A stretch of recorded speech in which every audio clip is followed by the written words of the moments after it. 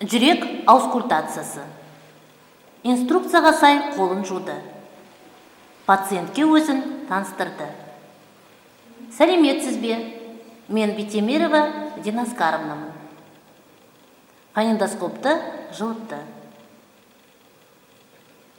Пациентке процедураны түсіндірді. Мен сіздің балаңызға жүрек аускультациясын жасаймын. Пациенттен процедураны жасауға келісім алды. Сіз осыған рұқсатыңызды бересіз бе? Баланы отырғызды. Қолдың көмегімен жүрек түрткісін анықтап алды.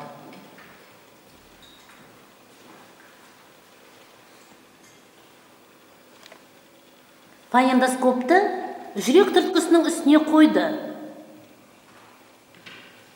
Митральды қақпақтың тонын анықтау үшін.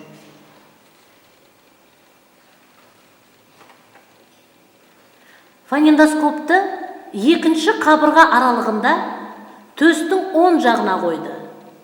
Аорта қақпағының тонын анықтау үшін. Фонендоскопты сол жақта екінші қабырға аралыққа қойды. Өкпе артериясының қақпағының тонын анықтау үшін.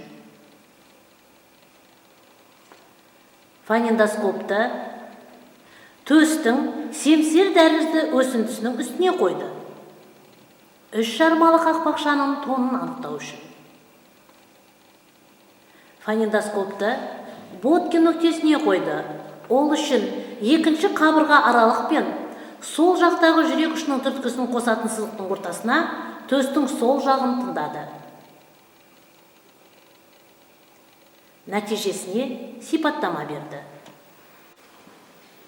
Сіздің балаңыздың жүрегінде ауытқу жоқ, патологиялық шу естілмейді. Қорытындысын жазды.